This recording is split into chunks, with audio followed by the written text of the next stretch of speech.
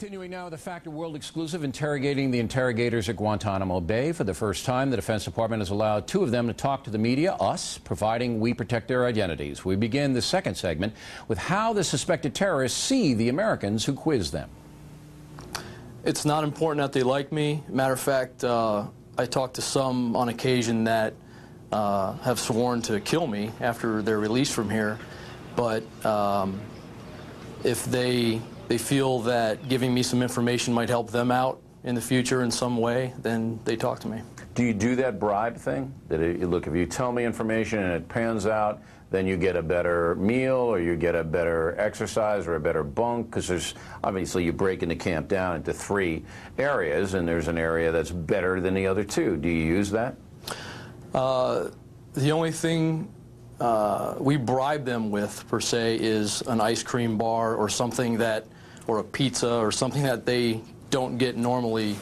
Does that from their work? daily. I mean, ice cream and pizza? It doesn't work distinctly for the exchange of information. It does work, however. You and I sitting here talking is one thing. You and I sitting at a restaurant having a couple drinks, or the equivalent, which is an ice cream bar here, lets you and I form a better relationship.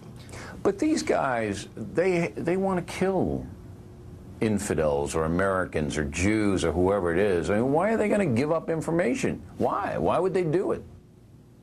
One line of questioning that we talk to them about is how they got into terrorism business in the first place. Many of these men have children like myself, and I use that particular aspect quite often.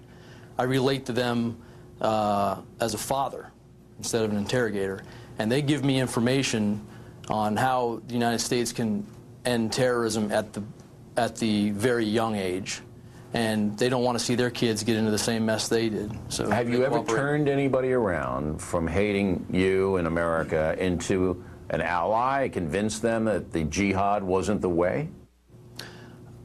Personally, I've had successes that lean towards that, but I have heard of successes in this business like that quite often.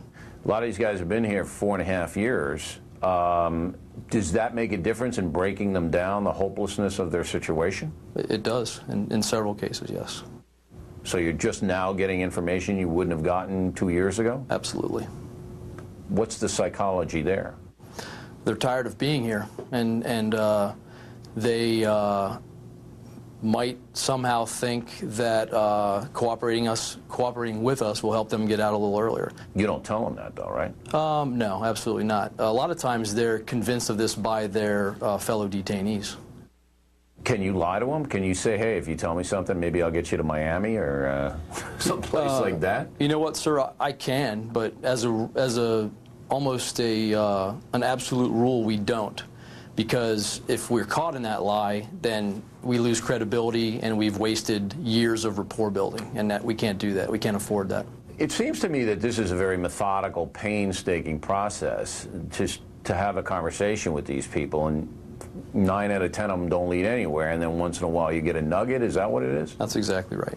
I had a human rights guy tell me on the Factor that a lot of these guys are barbers and they just made a wrong turn at Kandahar and they shouldn't be here at all.